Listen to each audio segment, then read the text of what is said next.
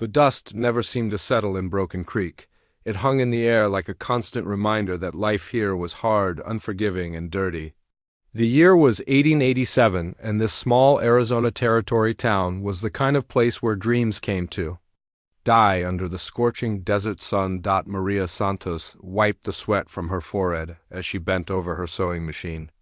The needle moved up and down, creating tiny, perfect stitches in a dress that would earn her barely enough to buy bread for the week. Her fingers were raw from endless hours of work, but she couldn't stop. Not when her mother lay sick in the next room, getting weaker by the day. The small adobe house they called home had seen better days. Cracks ran through the walls like spider webs, and the roof leaked every time it rained. But it was theirs, or at least it had been when her father was alive. Now everything felt uncertain, hanging by a thread thinner than the ones she worked. With every day, her younger brother Diego sat in the corner, pretending to read an old book. At 12 years old, he tried to act tough, but Maria could see the worry in his dark eyes. He understood more than she wished he did. Their father's death in the silver mine had changed everything. One moment they were a family getting by, and the next they were drowning in a world that didn't care about their struggles. The mining accident had been sudden and brutal. A cave-in that trapped 7 men, including their father Roberto. The mine owners had expressed their regrets, offered their prayers, and then promptly forgotten about the families left behind. No compensation, no help, just empty words that did nothing to fill empty stomachs or pay for medicine. Maria's mother, Carmen, had never been the same since that terrible day. The grief seemed to eat away at her from the inside, making her sick in ways that went beyond sadness. She barely ate, rarely spoke, and spent most days staring out the window as if waiting for Roberto to come walking up the dusty path, the town. Doctor said it was her heart, but Maria knew it was more than that. Her mother was dying of a broken spirit. The bottle of laudanum sat on Dr. Peterson's shelf like a cruel joke. Just a small brown bottle that could ease her mother's pain and help her sleep through the worst nights. But it might as well have been made of gold for all the good it did them. $25, that's what the doctor wanted.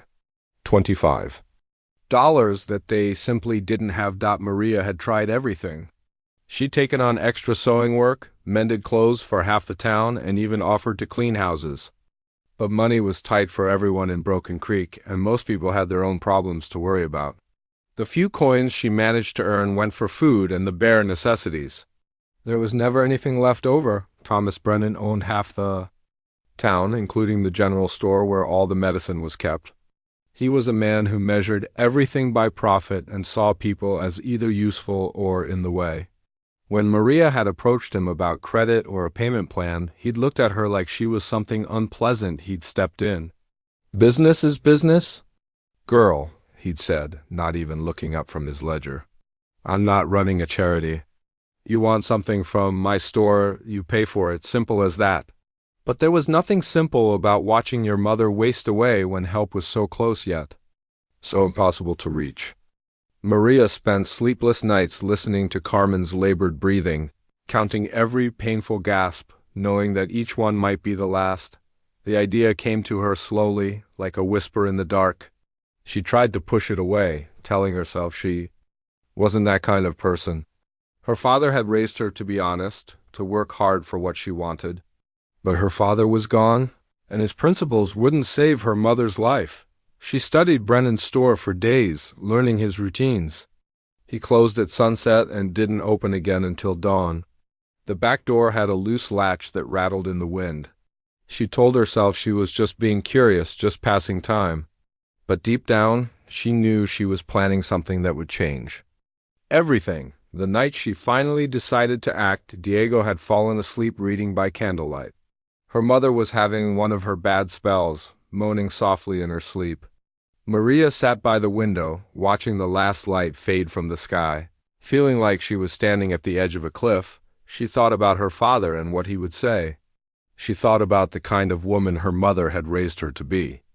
But then she heard Carmen call out in her sleep, Roberto's name on her lips, and Maria knew she couldn't wait any longer. The streets were empty as she made her way through town.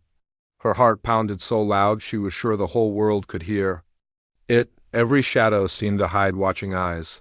Every sound made her want to run back home and forget this crazy plan. Brennan's store loomed before her like a challenge. The windows were dark, the front door secured with a heavy lock. But the back door, just as she'd observed, had that loose latch.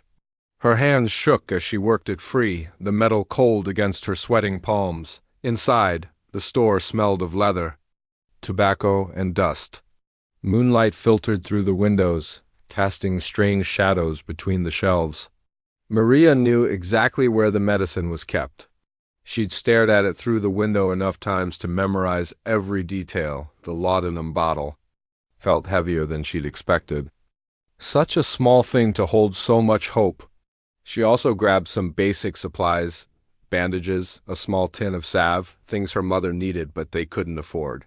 Nothing expensive, nothing that would really hurt Brennan's business.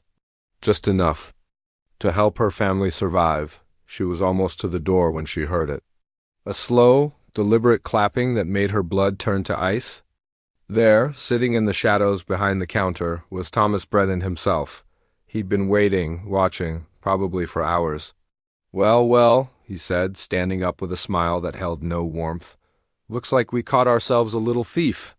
Maria clutched the bottle to her chest, her mind racing. She could run, but where would she go? This was a small town, and Brennan owned most of it. She could try to explain, to make him understand, but the look in his eyes told her he wasn't interested in explanations. "Please," she whispered, her voice barely audible. "My mother is dying." Brennan stepped closer, his smile growing wider. "That's not my problem, girl. You chose to steal from me, and now you're going to pay the price. I've been looking for a good example to set for this town. Looks like I just found one." As his men emerged from the shadows where they'd been hiding, Maria realized she'd walked into a trap. Brennan hadn't just caught her stealing. He'd been waiting for someone desperate enough to try, someone he could use to send a message to anyone else who might think about crossing him. The bottle slipped from her numb fingers, shattering on the wooden floor. The precious medicine that could have saved her mother spread across the dusty boards like spilled hope, and Maria knew that her desperate attempt to help her family had just made everything infinitely worse. Dawn broke over Broken Creek like a red wound in the sky. Maria had spent the night in Brennan's makeshift jail, which was really just a storage room behind his store with iron bars hastily installed. She hadn't slept a minute. Every time she closed her eyes, she could hear her mother's labored breathing from the night before, and she wondered if Carmen was still alive. The sound of heavy boots on wooden floors told her that her time was up. 3 of Brennan's men stood outside her cell, their faces hard as the desert rock. Behind them came Sheriff Coleman, a man whose badge meant less than the money Brennan paid him each month to look the other way. "Time to go, girl," Coleman said, jangling the keys with more enthusiasm than any lawman should show. His belly hung over his gun belt, and his eyes held the cruel gleam of someone who enjoyed having power over others. He wasn't interested in justice. He was interested in pleasing his boss. Maria's hands shook as they bound them behind her back. Not with fear for herself, but with the terrible knowledge that she had failed. Her mother needed her, Diego needed her, and instead of helping them, she had made everything worse. The rope bit into her wrists, but the physical pain was nothing compared to the weight of her failure. They dragged her through the back door and around to the main street. Word had already spread through the small town. People lined the dusty road, some curious, others clearly uncomfortable with what they were about to witness. Mrs. Henderson from the boarding house kept her eyes down, wringing her hands in her apron. Old Pete from the livery stable shook his head but said nothing. Nobody wanted to cross Brennan Dot. In the center of town stood the oak tree. It had been there longer than the town itself, its massive trunk scarred by wind and weather, its branches reaching toward the sky like gnarled fingers. On any other day, it provided the only shade for miles around. Today, it would serve a darker purpose. Brennan stood beneath the tree like a preacher about to deliver a sermon.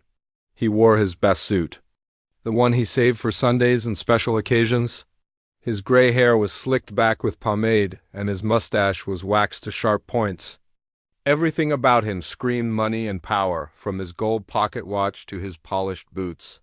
"People of Broken Creek," he called out, his voice carrying across the gathered crowd. "We have a problem in our town. A problem that needs fixing, before it spreads like a disease." Maria felt dozens of eyes on her as Brennan's men forced her forward. Some of those eyes held pity, others curiosity, and a few showed the kind of hunger that comes from watching someone else's misfortune.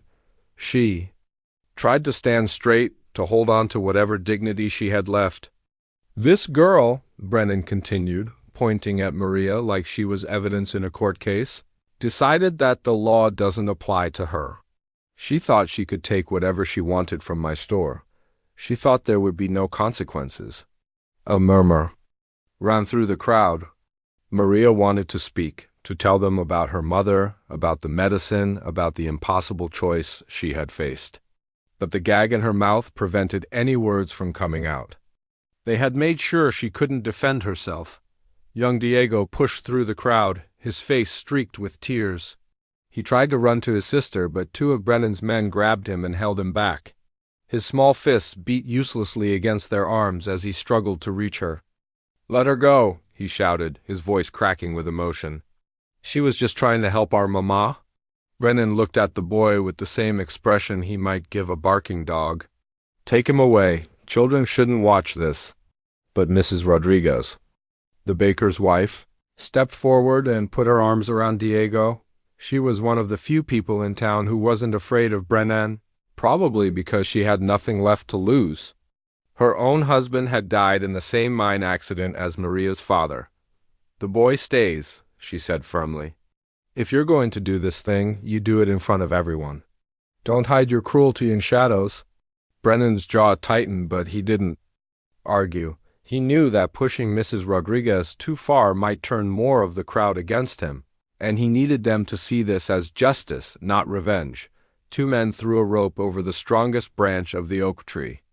But this wasn't the kind of rope used for hanging. This was meant for something else, something designed to humiliate rather than kill quickly. They tied it around Maria's ankles, checking the knots twice to make sure they would hold. "Let this be a lesson," Brennan announced as his men began to hoist Maria up.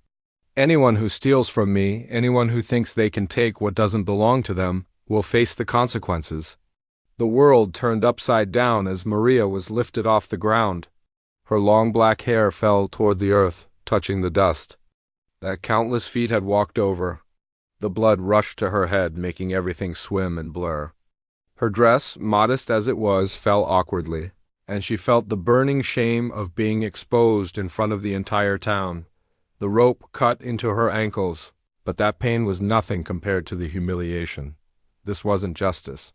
This was a show. A display of power meant to terrify anyone else who might dare cross Thomas Brennan. She was hanging like a piece of meat in a butcher shop. Old dignity stripped away from her upside-down position. She could see the faces in the crowd. Some people had already turned away, unable to watch. Others stared with the kind of fascination that comes from witnessing something terrible. A few women were crying, and several men looked like they wanted to intervene but lacked the courage. The desert sun beat down mercilessly. Within minutes, Maria's head was pounding from the blood pooling there. Her vision started to blur, and she could feel consciousness slipping away. This was how Brennan wanted it. Not a quick death, but a slow, agonizing display that would be. Remembered for years to come, Diego's sobs cut through the murmur of the crowd. Mrs. Rodriguez held him tight, but she couldn't shield him from seeing his sister like this. His young mind would carry this image forever, and Maria's heart broke knowing that her attempt to save their mother had traumatized her little brother instead. Sheriff Coleman stood to one side, occasionally checking his pocket watch like he was timing an execution. He had made no attempt to give Maria a proper trial, hadn't even bothered with the pretense of legal proceedings. In Broken Creek, Brennan's word was law, and the sheriff was just another employee on his payroll. The minutes crawled by like hours. Maria drifted in and out of consciousness, her body screaming in protest at the unnatural position. Every breath was a struggle, every heartbeat a reminder of how helpless she had become. The medicine that could have saved her mother lay shattered on Brennan's floor, and now there was no hope left for any of them. As the sun climbed higher in the sky, the crowd began to thin. People had lives to get back to, work to do, problems of their own to solve. They couldn't stand around all day, watching a young woman suffer, no matter how much it served as a warning to them all, but the image would stay with them. That was what Brennan wanted. He wanted every person in Broken Creek to remember what happened to those who crossed him. He wanted them to think twice before they ever considered taking something that belonged to him. And as Maria hung there, fighting to stay conscious, fighting to stay alive, she could only pray that someone, somewhere, would have the courage to stand up and say that this was wrong. The sound of hoofbeats came from the east, cutting through the heavy silence that had settled over Broken Creek's main street. At first, nobody paid much attention. Riders came and went all the time in a frontier town. But there was something different about this one. The rhythm was steady, unhurried, like someone who had all the time in the world and nowhere urgent to be. Jake Morrison had been riding for 3 days straight, following the old cattle trail that wound through the Arizona territory. His horse, a sturdy bay Marais named Thunder, moved with the easy gait of an animal that had covered thousands of miles alongside her rider. Jake's weathered face showed the lines of a man who had spent most of his 34 years under the open sky, reading weather patterns and watching for trouble on the horizon. He had planned to stop in Broken Creek just long enough to rest his horse, maybe grab a hot meal and a cold beer before moving on. The town wasn't much to look at from a distance, just another collection of wooden buildings and dusty streets that dotted the frontier like scattered seeds. But it would do for what he needed. As he rode closer, though, something felt wrong. The streets were too quiet for midday. People stood in small groups, talking in hushed voices, their faces carrying the kind of expression that came after witnessing something terrible. Jake had seen that look before in towns where violence had visited and left its mark. His father had taught him to read situations like this. "Pay attention to what people aren't saying," the old man used to tell him. "Sometimes the silence tells you more than all the words in the world." Right now, the silence in Broken Creek was practically screaming. Jake had learned these lessons the hard way. His father, William Morrison, had been a Union soldier who came west after the war, looking for a fresh start. He'd found work as a ranch foreman, and had taught his son that a man's character was measured not by what he did when people were watching, but by what he did when he thought nobody would ever know. Those lessons had stuck with Jake through years of driving cattle across dangerous territory, dealing with rustlers, and facing down men who thought the frontier was a place where might made right. He developed a reputation as someone who was fair but not to be crossed, a man who would give you the shirt off his back if you needed it, but would also put you in the ground if you threatened innocent people. As Thunder's hooves clicked against the hard-packed earth of the main street, Jake began to see what had the townspeople so unsettled. There, in the center of town, beneath a massive oak tree, hung a young woman. She was suspended upside down by her ankles, her long black hair trailing in the dust, her body limp and barely moving. Jake had seen a lot of things in his years on the frontier. He'd seen men shot down in the street over card games and women widowed by Indian raids. He'd witnessed the aftermath of range wars and the cruel justice that sometimes passed for law in places where civilization was still just a hope and a prayer. But this was something different. This was calculated cruelty designed to break a person's spirit. He pulled Thunder to a stop about 50 feet from the tree, taking in the scene with the careful eye of someone who had survived by paying attention to details. The woman was young, probably not much older than 20. Her clothes marked her as working class, maybe Mexican from the style of her dress. She wasn't moving much, which meant she'd been hanging there for a while. Around the tree stood several men who clearly weren't townspeople. They had the look of hired guns, the kind of men who did dirty work for money and asked no questions about right or wrong. Their hands rested casually on their weapons, and their eyes scanned the crowd like wolves watching a flock of sheep near the edge of the crowd. A boy who couldn't be more than 12 was crying. An older woman held him, trying to comfort him. but Jake could see the family resemblance in their faces. This was probably the hanging woman's little brother, forced to watch his sister suffer. Jake dismounted slowly, his movements deliberate and calm. He'd learned long ago that quick movements made people nervous, and nervous people with guns made bad decisions. He tied Thunder's reins to a nearby hitching post and walked toward the crowd, his spurs jingling softly with each step. The townspeople parted as he approached, sensing something different about this stranger. Jake wasn't particularly tall or imposing, but he carried himself with the quiet confidence of someone who had faced death and come out the other side. His Colt .45 hung at his hip in a well-worn holster, and his clothes showed the practical wear of a working cowboy. As he got closer to the tree, Jake could see the woman's face, even hanging upside down, even with the blood pooled in her head. Making her features swollen, there was something in her eyes that caught his attention. It wasn't surrender. It wasn't the broken look of someone who had given up. There was still fight in her, still dignity despite the humiliation. That look reminded him of his mother, who had died when he was 15. She'd been sick for months, wasting away from a fever the doctor couldn't cure. But even on her deathbed, even when the pain was so bad she could barely speak, she'd never lost her dignity. She'd never stopped being who she was. No matter what the world threw at her. Jake turned his attention to the men guarding the tree. They'd noticed him now, sizing him up the way professionals do when they encounter someone who might be trouble. He could see them evaluating his gun, his posture, the way he moved. They were trying to decide if he was just another curious traveler or something more dangerous. The crowd was watching him too, waiting to see what this stranger would do. Most of them probably expected him to look, shake his head in disgust, and move on. That's what most people did when they encountered something ugly in a frontier town. They minded their own business and avoided getting involved in other people's problems, but Jake wasn't most people. His father had raised him with a simple code. You stand up for those who can't stand up for themselves.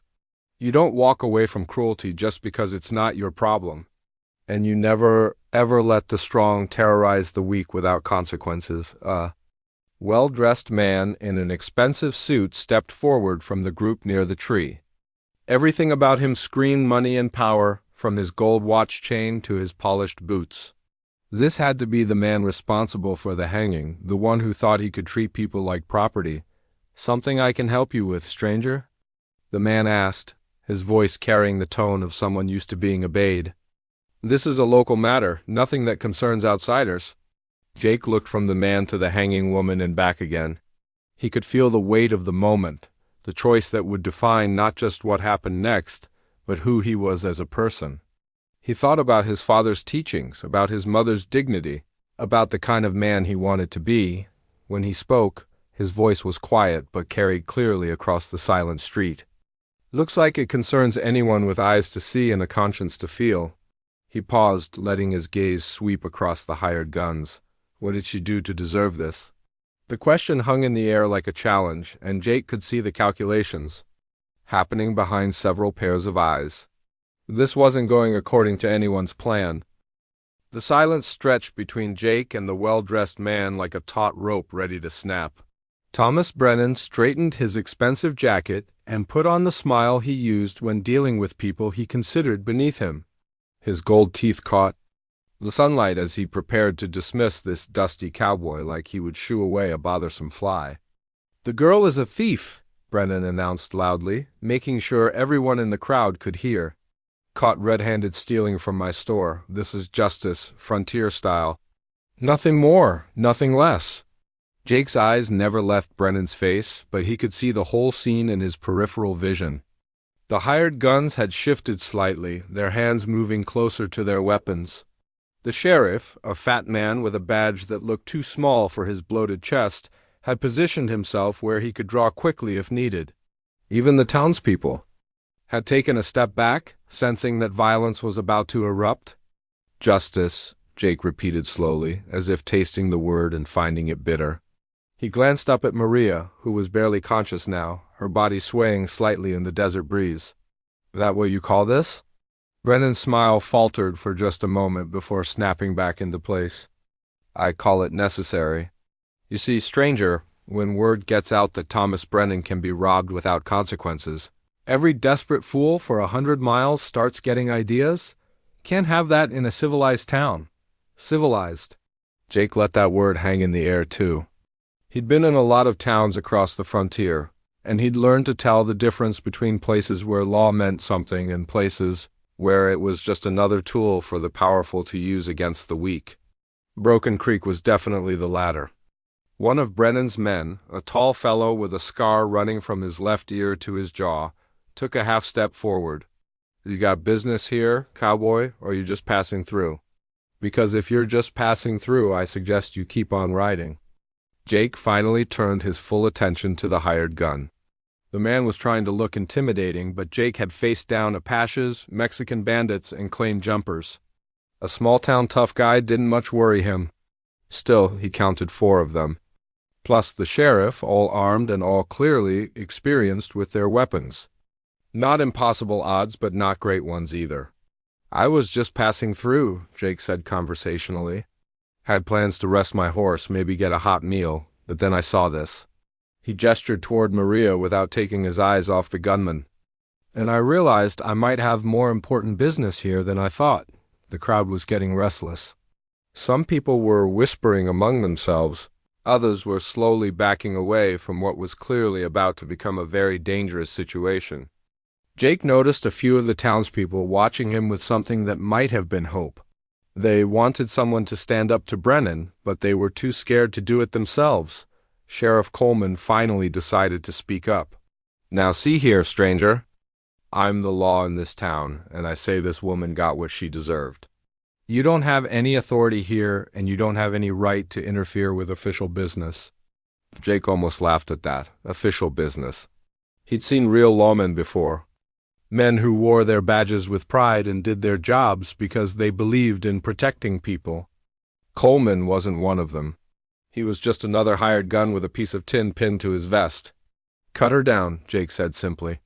The words came out quiet, but in the silence of the street, they sounded like thunder. Brennan's face went red. Nobody had given him orders in years. In Broken Creek, his word was law, his wishes were commands. The idea that some drifting cowboy would ride into his town and start making demands was beyond his comprehension. "I beg your pardon?" Brennan sputtered. "You heard me." Jake's hand moved to rest casually on the grip of his Colt. It wasn't a threat, not yet, but everyone watching understood the implications. "Cut her down now." The scarred gunman laughed, but it wasn't a sound filled with humor. "You got sand, Cowboy, I'll give you that. But you're outnumbered 5-1. You really want to die over some Mexican girl you don't even know?" Jake thought about that question for a moment. It was a fair point, in a way. He didn't know Maria Santos. He'd never seen her before today, probably would never see her again if he just rode on. Her troubles weren't his troubles, and her fate wasn't his responsibility. The smart thing would be to mind his own business and keep riding, but his father's voice echoed in his memory. "Son, there comes a time in every man's life when he has to decide what kind of person he's going to be. You can be the kind who looks away when bad things happen to good people, or you can be the kind who steps up and does something about it. But once you make that choice, you have to live with it for the rest of your days." Jake had made his choice a long time ago. He'd made it the first time he'd helped a family whose cattle had been stolen by rustlers. He'd made it when he'd stood up to a group of drunken cowboys who were terrorizing a small town. He'd made it every time he'd chosen to do the right thing instead of the easy thing. "Maybe I will die," Jake said calmly.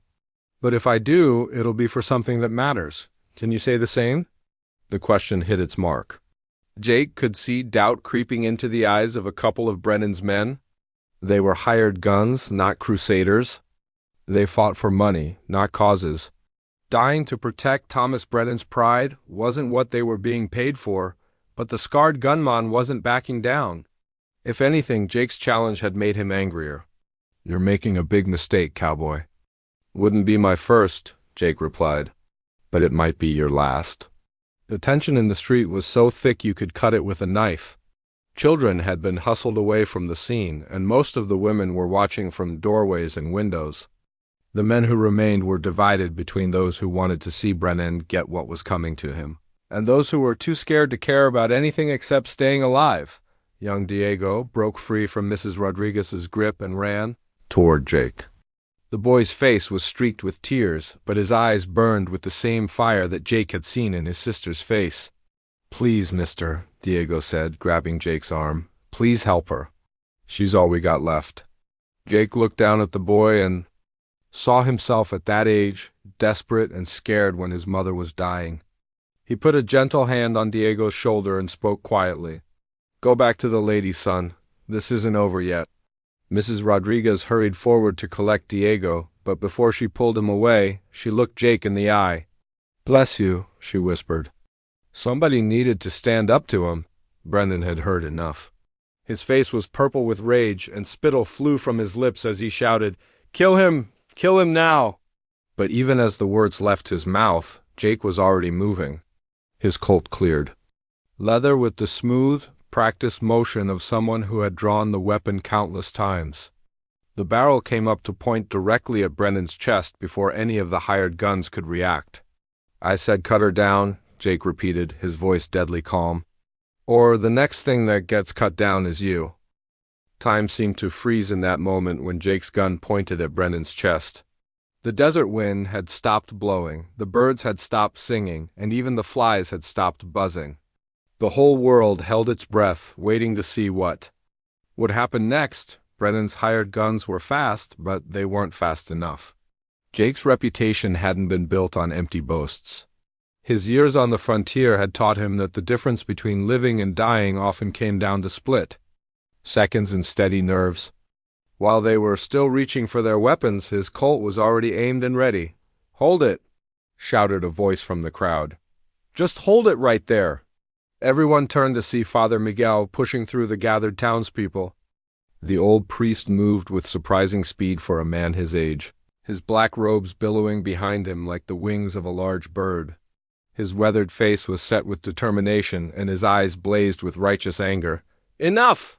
he said, positioning himself between Jake and Brennan's men. "This has gone far enough. In the name of all that's holy, this stops now." Sheriff Coleman laughed nervously. "Stay out of this, Father.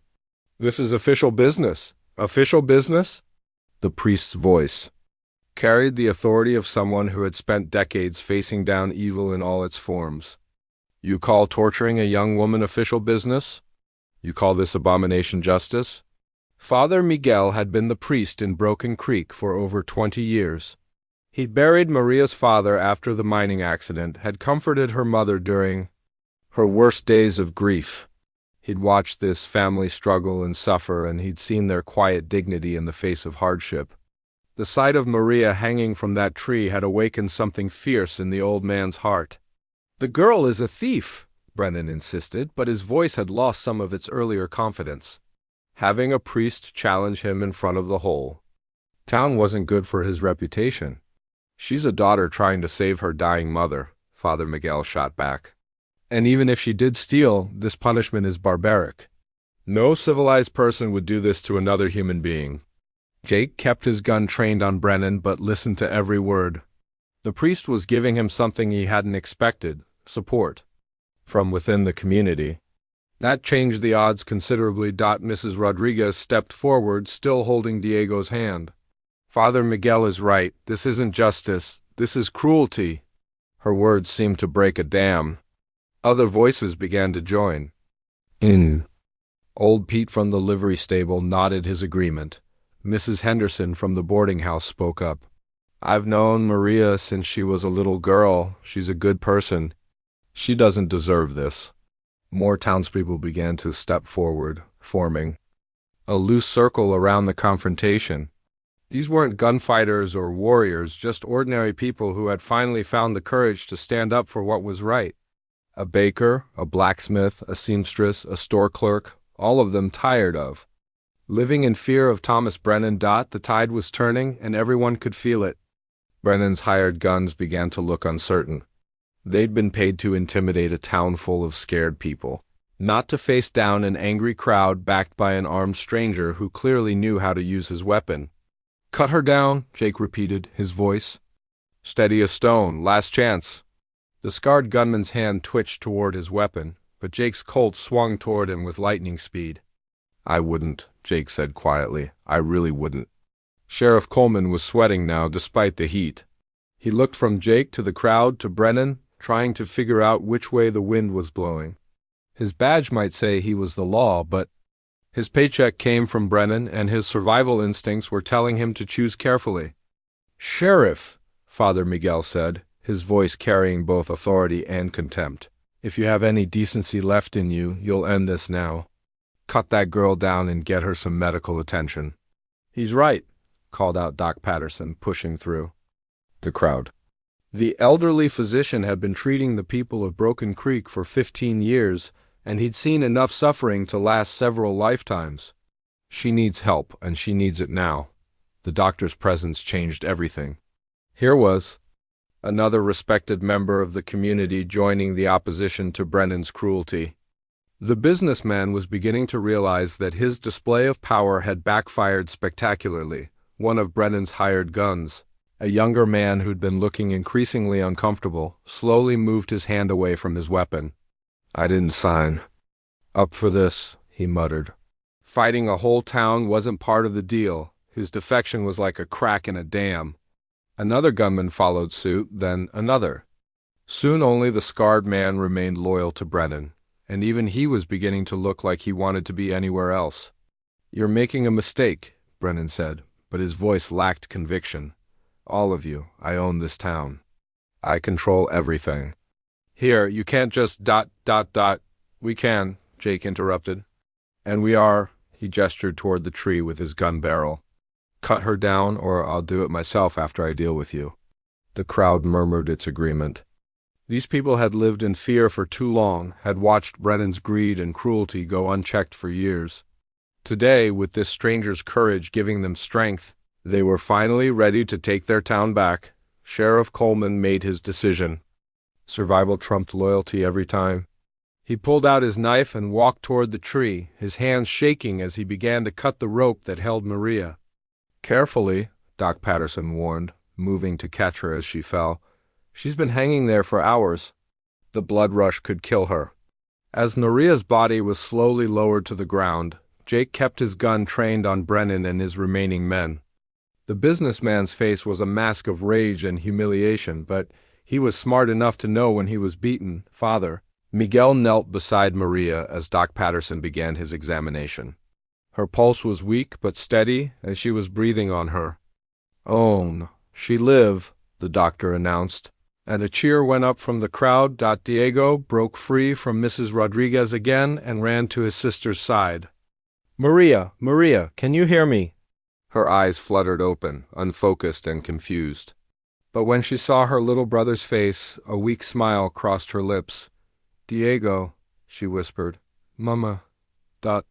How is Mama?" "She's waiting for you," the boy said, tears streaming down his face.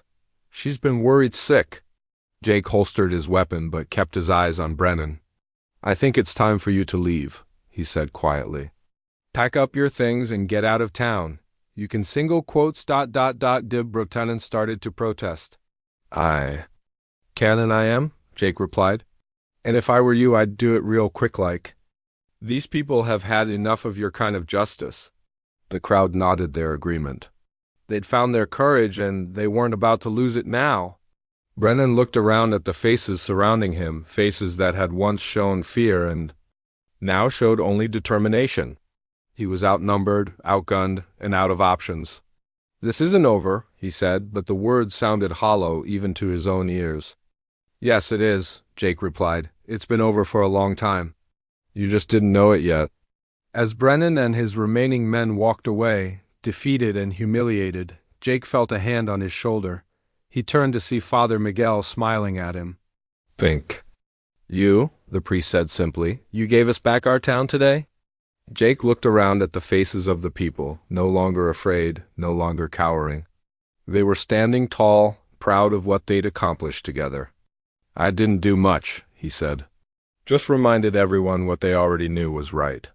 As the crowd began to disperse, Jake helped carry Maria to the church, where she could rest and recover. Doc Patterson promised to look after her, and Father Miguel assured Jake that the Santos family would be taken care of. Later, as Jake prepared to leave town, Diego ran up to him. "Mister," the boy said, "I don't even know your name." Jake knelt down to the boy's level. "Jake Morrison," he said. "And what's yours?" "Diego Santos." "And when I grow up, I want to be just like you." Jake smiled and put his hand on the boy's shoulder. "No, son, be better than me. Be the kind of man who doesn't need a gun to do what's right." As Jake rode out of Broken Creek, he knew that the town would never be the same. The people had found their courage and they wouldn't lose it again. And somewhere behind him, a young woman was alive and free, and a little boy had learned that sometimes, when everything seems hopeless, a stranger might ride into town and remind everyone that justice isn't just a word, it's a choice that good people make. One act of courage at a time.